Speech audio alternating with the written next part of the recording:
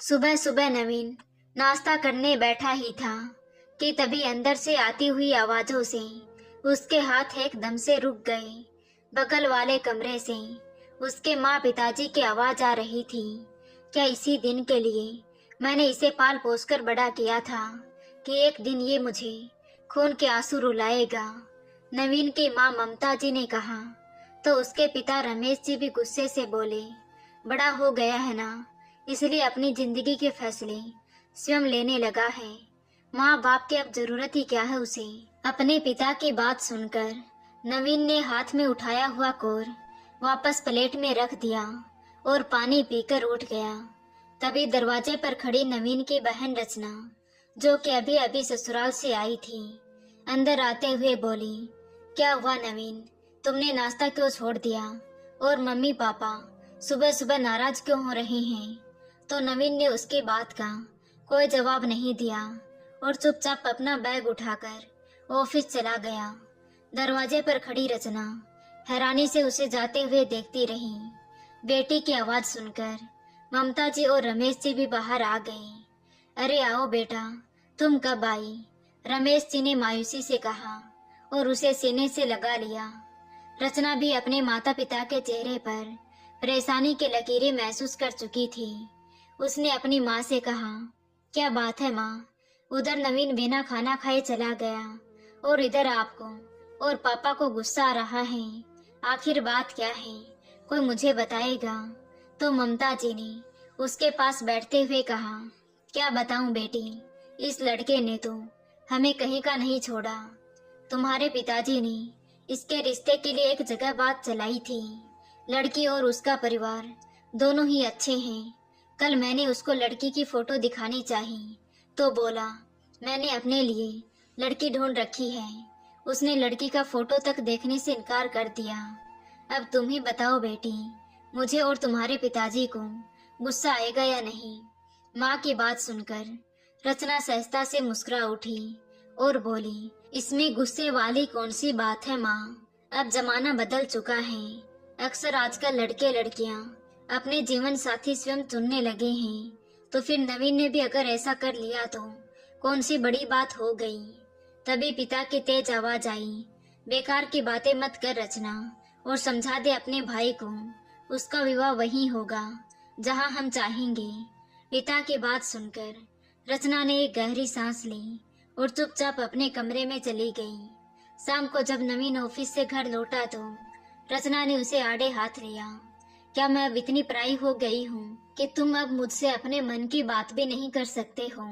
रचना की बात सुनकर नवीन ने मुस्कुराते हुए कहा, सच कहूँ दीदी, अभी रास्ते में यही सोचता आ रहा था कि आज तुमसे सारी बात कहूँगा। अच्छा चल, अब ये बता, कौन है वो लड़की जिसे तू पसंद करता है। रचना उसके पास बैठते हुए बोली। तो नवीन ने कहा, दीदी, उसका नाम रवीना है, मेरे साथ बैंक में काम करती है, बहुत अच्छी लड़की है, पर मम्मी पापा ने उसे बिना देखे ही रिजेक्ट कर दिया। नवीन, मम्मी पापा की बात का बुरा मत मानना, वे दोनों पुराने ख्यालों के हैं ना, हम दोनों मिलकर उन्हें मनाने का प्रयत्न करेंगे। अच्छा पहले ये बताओ, मुझे रवीना से कब मिलवा रहे हो। रचना ने मुस्कुराते हुए कहा। तो नवीन बोला, दीदी कल रविवार है, रवीना को मैं रेस्टोरेंट में बुला लूंगा, वहीं पर मिल लेना। कुछ देर और दोनों भाई बहन बातें करके अपने अपने कमरे में चले गए और अगले दिन सुबह सुबह ही रवीना से मिलने के लिए निकल गई। रेस्टोरेंट पहुंचे तो एक गोरी चीटी सुंदर सी लड़की पहले से ही उनका इंतजार कर रही थी। नवीन ने उसका परिचय करवाते हुए कहा, रवीना, ये मेरी बहन है। तो रवीना ने तुरंत झुककर रचना के पांव छू लिए और सब लोग अंदर चले गए। कॉफी पीते हुए रचना उसके परिवार से संबंधित हल्के फुल्के प्रश्न पूछने लगी, जिनका वो सहजता से उत्तर भी दे रही थी। कुछ औपचारिक बातें होने के बाद रचना ने उससे पूछा, तुम जानती ही होगी कि मेरे मम्मी पापा तुम्हारे और नवीन की शादी के लिए राजी नहीं हैं। ऐसे में अगर नवीन तुम्हें छोड़कर उनकी पसंद की लड़की से शादी कर ले तो तुम क्या करोगी। दीदी, ये तुम कैसा सवाल पूछ रही हो। नवीन ने अपनी बहन रचना को बीच में ही टोकते हुए कहा। तो रचना ने उसे खामोश रहने का संकेत किया और फिर से अपना प्रश्न दोहरा दिया। तो रवीना के चेहरे पर उसकी पीड़ा के भाव दिखाई दिए। वो धीमे स्वर में बोली, मैं भला क्या कर सकती हूँ दीदी, कहीं कोई मूर्खतापूर्ण कदम तो नहीं उठाओगी ना? रचना ने फिर से कहा। तो रवीना सहजता से बोली, नहीं दीदी, मैं इतनी कमजोर नहीं हूँ, जिंदगी से संघर्ष करना अच्छी तरह से जानती हूँ। ये सब तो कायरों का काम होता है।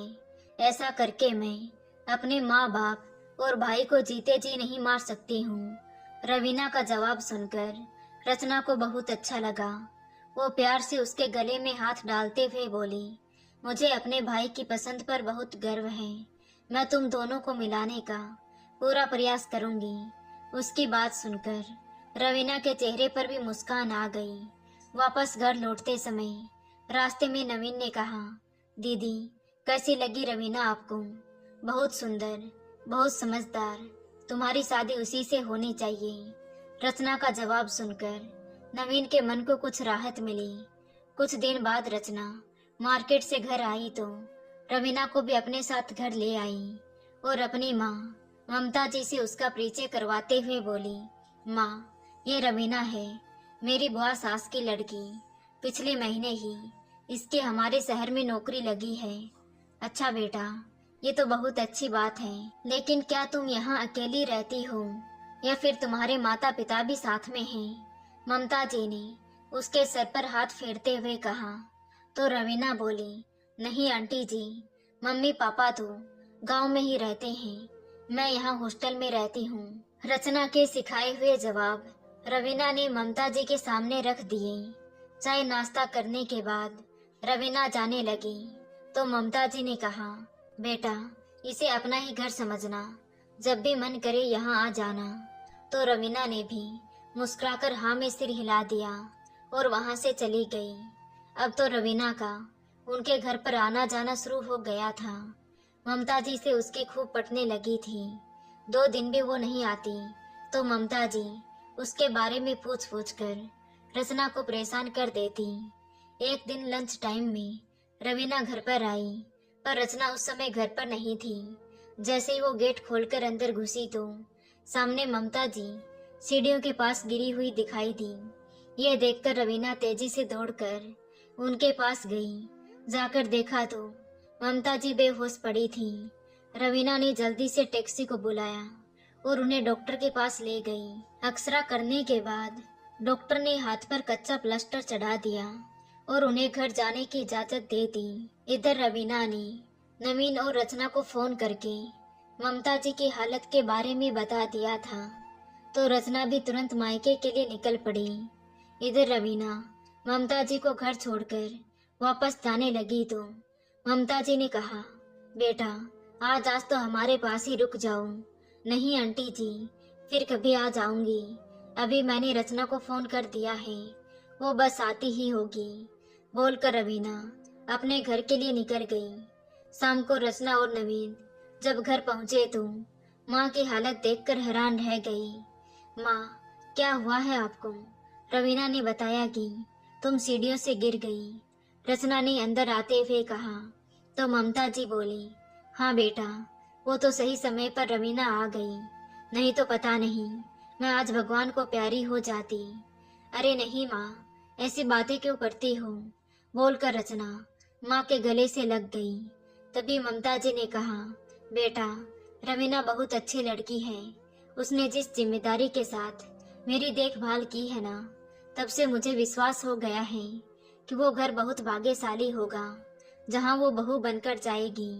माँ के मुंह से ये बात सुनकर रचना मुस्कुराते हुए नवीन की तरफ देखने लगी। फिर अपनी माँ से बोली, माँ क्यों ना हम अपने ही घर को भाग्यशाली बना डालें। अरे मेरे बस में होता तो कब का बना चुकी होती, परंतु इसे भी तो अक्ल आनी चाहिए ना, पता नहीं कौन सी लड़की पसंद किए बैठा है। ममता जी ने नवीन की तरफ गुस्से से देखकर कहा। तो रचना ममता जी के गले में बाहें डालकर बोली, अरे मम्मी इतनी निराश क्यों होती हो, तुम्हारा लड़का बहुत अक्लमंद है, इसने रवीना को ही पसंद कर रखा है, क्या मतलब है तुम्हारा? ममता जी ने चौंक कर कहा।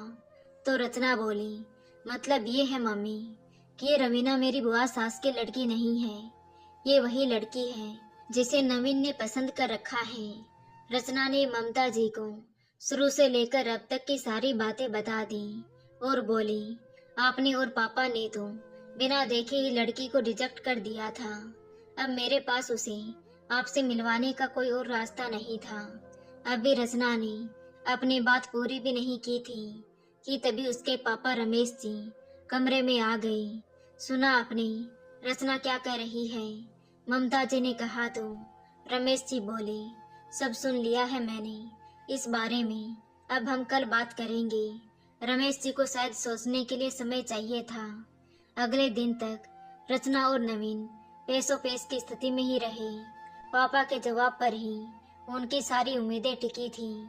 रात को डाइनिंग टेबल पर रमेश जी ने कहा, नवीन तुम्हें रवीना पसंद है तो हमें कोई ऐतराज नहीं, उसे अपने घर की बहू बनाकर हमें भी खुशी होगी, लेकिन लड़की वालों से बात करने हम नहीं जाएंगे, उन्हें हमारे घर आना होगा।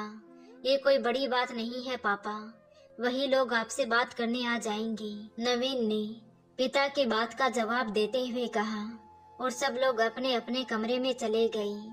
रविवार शाम को रवीना के मम्मी पापा नवीन के घर आ गई तो चाय पीते हुए रमेश जी ने कहा, भाई हमें आपकी बेटी बहुत पसंद है, हम इस रिश्ते के लिए तैयार हैं, आप सगाई की तारीख निकलवा लीजिए।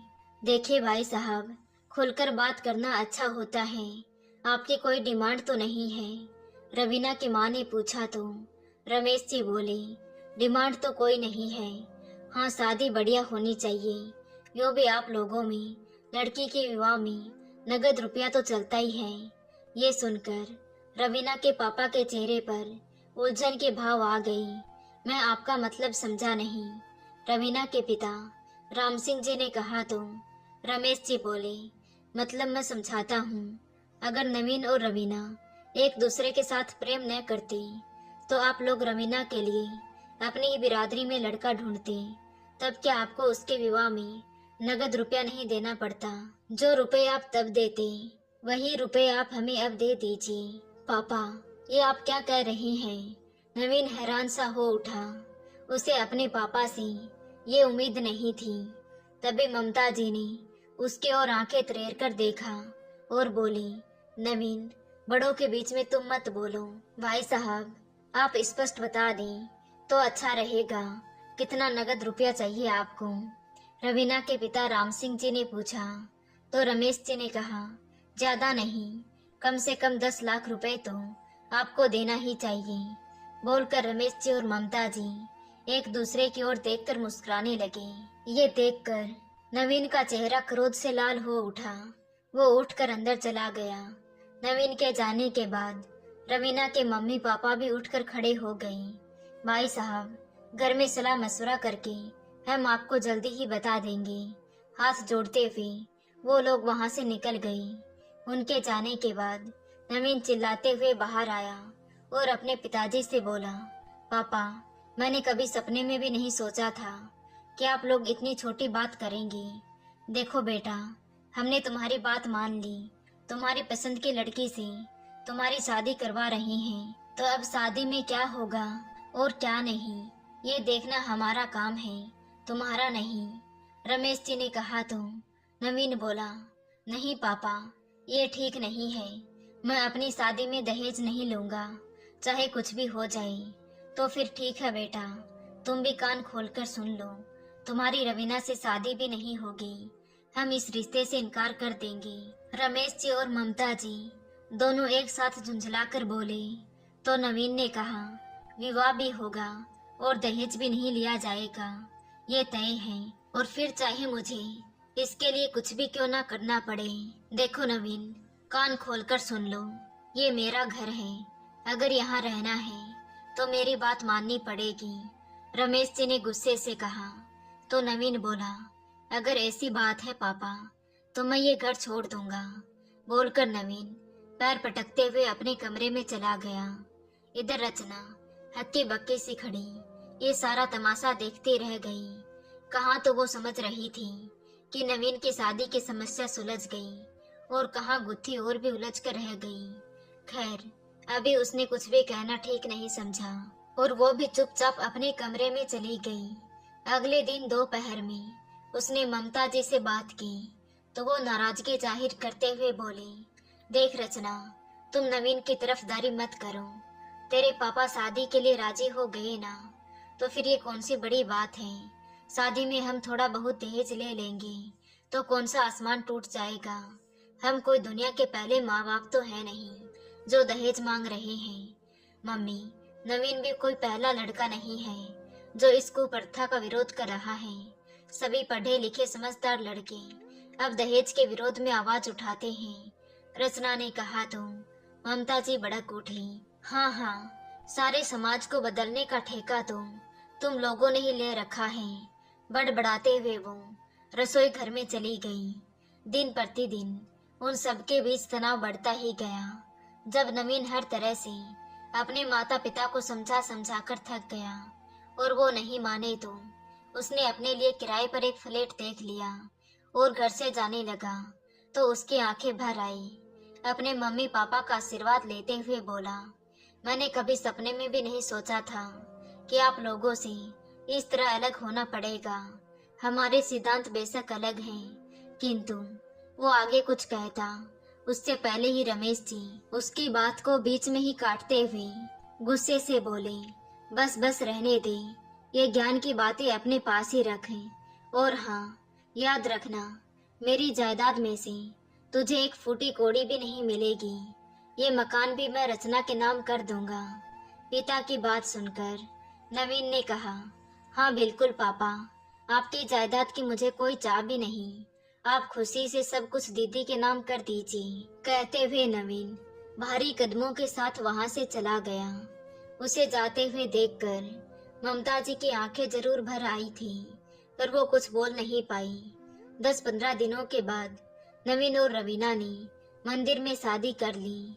शादी के पहले दिन भी रवीना के माँ बाप ने नवीन को काफी समझाया कि उन्हें दहेज देने में कोई आपत्ति नहीं है। किसी और घर में शादी करते तब भी तो देते, किंतु नवीन टस से मस नहीं हुआ। उसने कहा, हर माँ बाप अपनी बेटी को अपनी हैसियत से ज्यादा ही देते हैं, लेकिन मांग कर दहेज लेना गलत बात है।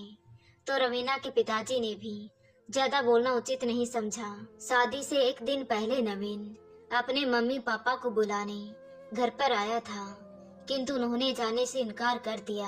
हाँ, रचना और उसके पति सुमित के सम्मिलित होने पर उन्होंने कोई ऐतराज नहीं किया, इसलिए रचना अपने पति को लेकर भाई की शादी में शामिल हो गई। धीरे धीरे समय ऐसे ही बीतने लगा। नवीन की शादी को 6 महीने होने को आए थे, लेकिन इस बीच में न तो नवीन घर पर आया और न ही उसके मम्मी पापा अपने बेटे बहू से मिलने गई।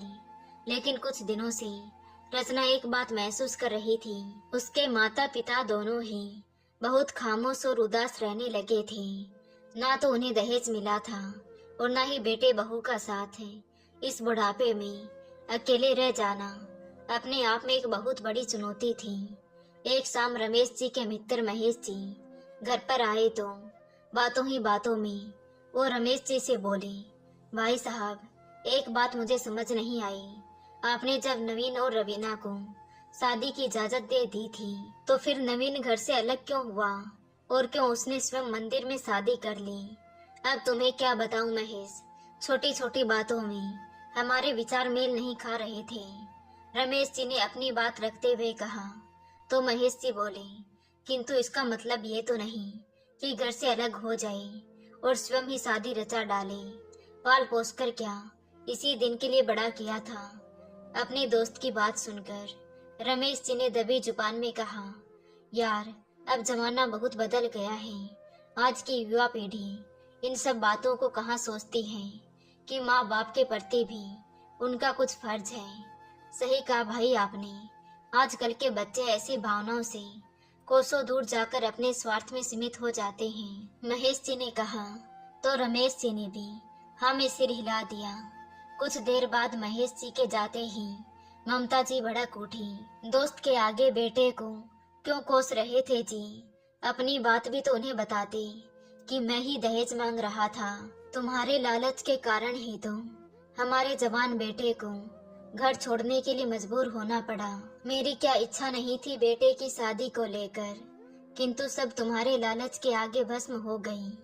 कहते हुए ममता जी की आंखें भर आई तो रमेश जी ने उनके आंसुओं की परवाह न करते हुए चिल्लाकर कहा, तुम तो ऐसे कह रही हो जैसे मैं अकेला ही पैसे की इच्छा कर रहा था। क्या तुम इस लालच में मेरे साथ नहीं थी? आज बड़ी दूध की धुली हुई बन रही हो। इतनी साफ दिल की थी तो उस समय मुझसे क्यों नहीं कहा कि दहेज मत मांगो? रचना तू ही बता बेटा, क्या तेरी मम्मी दहेज लेना नहीं चाहती थी? रमेश जी ने रचना को अपने पक्ष में करना चाहा, किंतु ममता जी भी पीछे रहने वाली नहीं थी। वो भी बिना एक पल गवाए बोली, रचना तू सच कहना, ज्यादा इच्छा किसकी थी, तेरे पापा की या मेरी? बस करो मम्मी पापा, आप दोनों चुप रहो। रचना खींचते हुए बोली, जो बीत गया उसके लकीर पीटने से क्या फायदा? बीता वक्त तो हाथ नहीं आ सकता ना। हाँ, आने वाला वक्त हमारे हाथ में है, उसे अवश्य संभाल सकते हैं। बिगड़ी बात मनाने का एक सूत्र उनके हाथ में देकर रचना कमरे से बाहर आ गई। 2 दिन बाद सब लोग ममता जी की बहन की लड़की की शादी में जाने के लिए निकल गई। वहां जाकर देखा तो ममता जी की बहन व्यस्त होने के साथ साथ तनावग्रस्त भी थी। शाम के समय ममता जी ने अपने बड़े भाई भाभी से अपनी बहन की परेशानी का कारण पूछा तो वो बोले, अरे तुम लोगों को नहीं पता क्या, लड़के वालों ने दहेज में कार मांगी है। अब तुम लोग तो जानते ही हो, जीजा जी रिटायर हो चुके हैं। कार के लिए रुपयों का इंतजाम करना कितना कठिन काम था। लड़की की शादी क्या की, जीजा जी तो कर्ज के नीचे दब गई। तभी ममता जी की भाभी बोली, मैंने तो दीदी से कहा था कि ऐसे लालची लोगों से रिश्ता मत जोड़ो। अरे जिसने अपनी लड़की दे दी उसने सब कुछ दे दिया, किंतु दीदी नहीं मानी। उन्हें डर था कहीं अच्छा रिश्ता जल्दी ना मिले।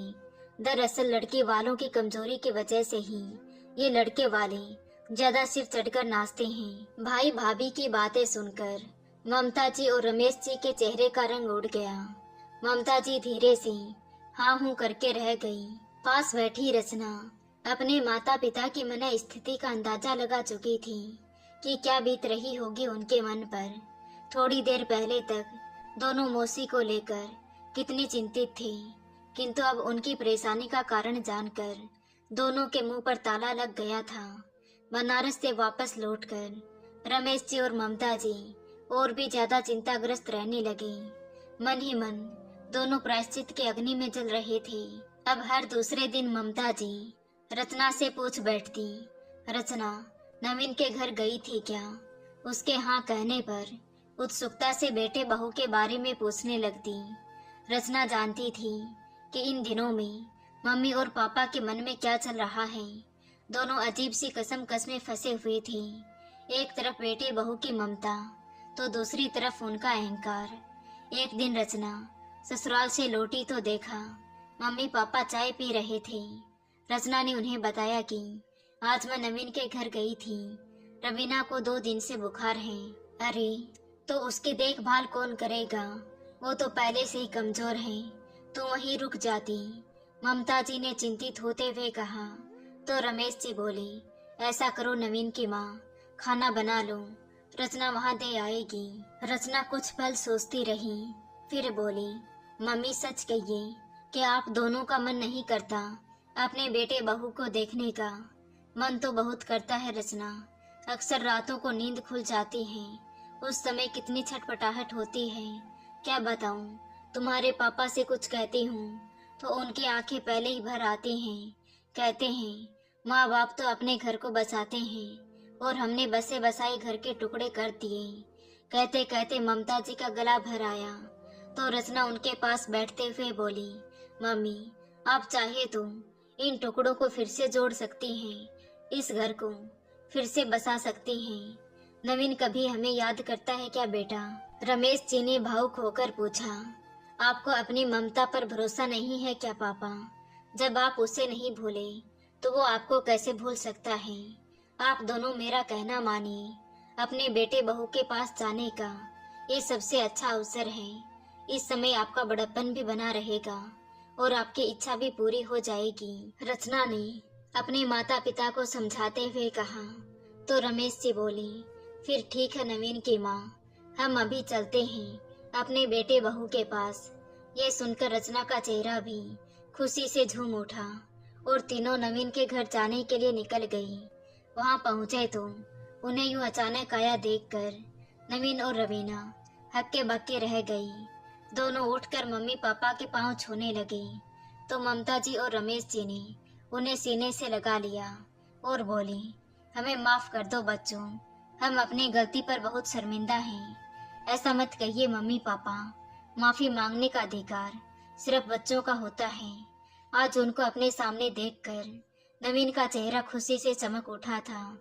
कुछ देर बाद रवीना सबके लिए चाय नाश्ता ले आई तो चाय पीते हुए रमेश जी ने कहा, बच्चों पिछली बातें भूलकर क्या तुम दोनों अब अपने घर चलने के लिए तैयार हो? तो नवीन ने कहा, पापा परिस्थिति वश में मैं आपसे अलग भले ही रहने लगा परंतु दूर कभी नहीं हुआ। आप जब कहेंगे हम आ जाएंगे। मम्मी पापा के पछतावे के बारे में रचना ने नवीन और रवीना को पहले ही बता दिया था, इसलिए वे दोनों अपने आप को मानसिक रूप से इन सब के लिए तैयार कर चुके थे। फिर देर किस बात की, आज ही तुम दोनों हमारे साथ चलो, सामान बाद में आता रहेगा। ममता जी ने खुशी जाहिर करते हुए कहा तो सब लोग एक साथ हंस पड़े और कुछ ही देर में अपने बेटे बहू को साथ लेकर ममता जी व रमेश जी अपने घर की ओर निकल पड़े। आज सबके चेहरे पर खुशी चमक रही थी। रचना मन ही मन सोच रही थी कि सुख और दुख तो धूप छांव के समान आते रहते हैं, लेकिन जहाँ दिलों में प्यार होता है वहाँ रिश्तों की डोर इतनी आसानी से नहीं टूटती। तो दोस्तों,